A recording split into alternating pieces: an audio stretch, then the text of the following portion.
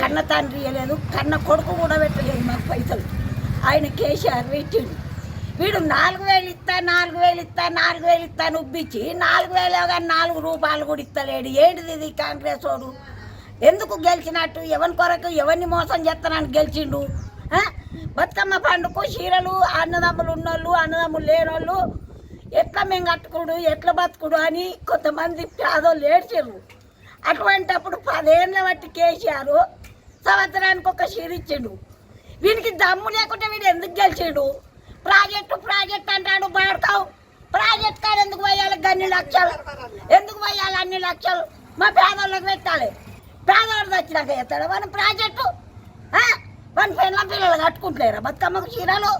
మరి మేమెందుకు కట్టుకోవద్దు? ముసలోళ్ళ 3 గోళ్ళం మాకెవరు చేయాలి? నాకు అన్నదమ్ములు లేరు, అక్కయ్యలని లేరు.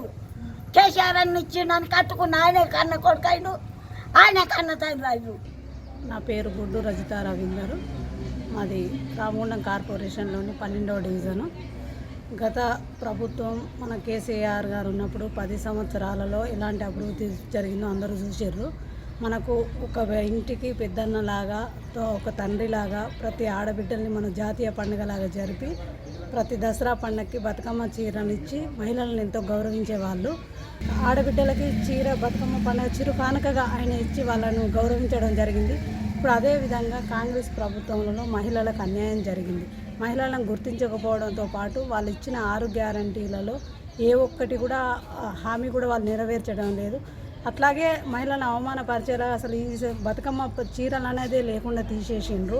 దీన్ని బట్టి అర్థమవుతుంది ఈ ప్రభుత్వం ఏంది, వాళ్ళు చేసే పని ఏంది అనేది. ఎంత రాష్ట్రాన్ని 10 ఏళ్ళు మనం కష్టపడి కొత్త రాష్ట్రాన్ని ముందుకు తీసుకొచ్చుకున్న రాష్ట్రాన్ని వాళ్ళు ఒక 40-50 సంవత్సరాలు వెనక్కి నెట్టి చేసినట్టే చేసారు తప్ప ఈ ప్రభుత్వం మనకు చేసింది, ఈ రాష్ట్రానికి చేసింది ఏమీ లేదు.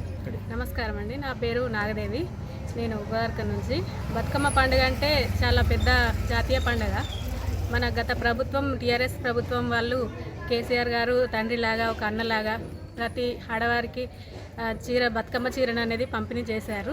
కానీ ఈ ప్రభుత్వం కాంగ్రెస్ ప్రభుత్వం అన్ని గ్యారంటీలు 6 గ్యారంటీలని చెప్పి ఏది అమలు చేయకుండా కనీసం బతుకమ్మ చీరను కూడా ఇస్తలేరు. ఇది చాలా బాధాకరమైన విషయం.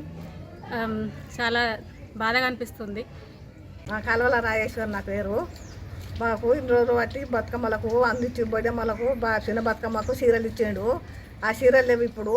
మళ్ళీ ఆ చీరలు ఇయ్యనంటాడు. ఆడోళ్ళకు ఇస్తానన్నాడు, పథకాలు ఇస్తానన్నాడు, అవి లేవు.